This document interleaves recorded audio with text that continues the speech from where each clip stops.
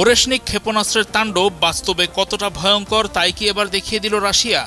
ইউক্রেনের রাজধানী কিয়েভের কাছে রাশিয়ার সাম্প্রতিক আক্রমণের ফুটেজ থেকে মনে হচ্ছে মস্কো সম্ভবত সেখানে একটি ওরেশনিক ক্ষেপণাস্ত্র ব্যবহার করেছে। জাতিসংঘের সাবেক অস্ত্র পরিদর্শক স্কট রিটার এমনটিই জানিয়েছেন।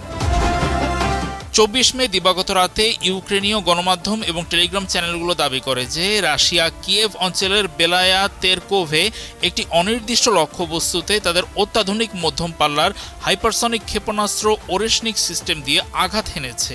তারা আকাশে থাকা গুচ্ছ গুচ্ছ উজ্জ্বল বস্তু দ্রুত গতিতে নিচে নেমে আসার ফুটেজ প্রকাশ করেছে। তবে মস্কোর প্রতিরক্ষা মন্ত্রণালয় আনুষ্ঠানিকভাবে এই যুদ্ধাস্ত্র ব্যবহারের কথা নিশ্চিত করেনি। গত ২২ মে লুহানস্ক পিপলস রিপাবলিকে একটি শিক্ষক প্রশিক্ষণ স্কুলের ছাত্রাবাসে ড্রোন হামলা চালায় ইউক্রেন। তার প্রতিক্রিয়া জানানোর জন্য রুশ প্রেসিডেন্ট ভ্লাদিমির পুতিন রুশ প্রতিরক্ষা মন্ত্রণালয়কে প্রস্তাব জমা দেওয়ার নির্দেশ দেন। তারপরই রাশিয়ার এই আক্রমণের খবর সামনে এলো। ইউক্রেনের চালানো সেই ড্রোন হামলায় ২১ জন নিহত হয়, যাদের বেশিরভাগই কিশোরী। আরও ৪২ জন আহত হন।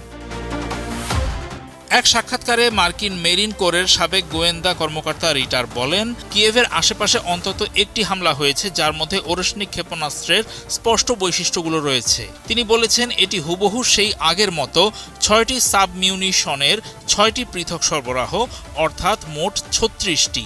এর আগে ২০২৪ সালের নভেম্বরে নিপ্রোপেট্রোভস্কে এবং ২০২৬ সালের জানুয়ারিতে লভিভে নিশ্চিত হওয়া ওরেশনিক ক্ষেপণাস্ত্রের সঙ্গে হুবহু মিলে যায়। ওরেশনিকের ওয়ারহেডগুলো ৪০০০ ডিগ্রি সেলসিয়াস পর্যন্ত তাপমাত্রা সহ্য করতে পারে। প্রচলিত ব্যালিস্টিক ওয়ারহেডগুলো নেমে আসার সময় গতি কমায়, কিন্তু ওরেশনিক ঘন বাতাসেও মাক ১০ এমনকি সম্ভবত মাক ১১-এরও বেশি গতি বজায় রাখে বলে জানা গেছে। ফলে বড় বিস্ফোরক চার্জ ছাড়াই ক্ষেপণাস্ত্রটির বিধ্বংসী ক্ষমতা বেড়ে যায়। হামলার সম্ভাব্য লক্ষ্যবস্তু হিসাবে সাবেক এই জাতিসংঘ পরিদর্শক বলেন, কিয়েভের কেন্দ্রস্থলে ওরেশনিক আঘাত করেনি, বরং কিয়েভের বাইরে একটি শহরে ক্ষেপণাস্ত্রটি আঘাত করেছে যেখানে একটি সামরিক বিমান ঘাঁটি রয়েছে। অতীতেও ওই ঘাঁটিটির ব্যাপারে রুশ বাহিনীর আগ্রহ ছিল। হয়তো সেখানে এমন কিছু ঘটছিল যা ওরেশনিক দিয়ে আঘাত করার মতো ছিল বলে জানিয়েছেন রিটার।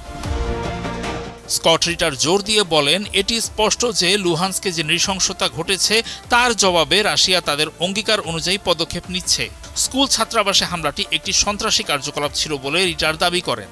তার মতে ওই ঘটনা সমস্ত সীমা লঙ্ঘন করেছে। এটা আবারও ইউক্রেনীয় সরকারের জঘন্য চরিত্র ফুটিয়ে তুলেছে বলে মন্তব্য করেন তিনি।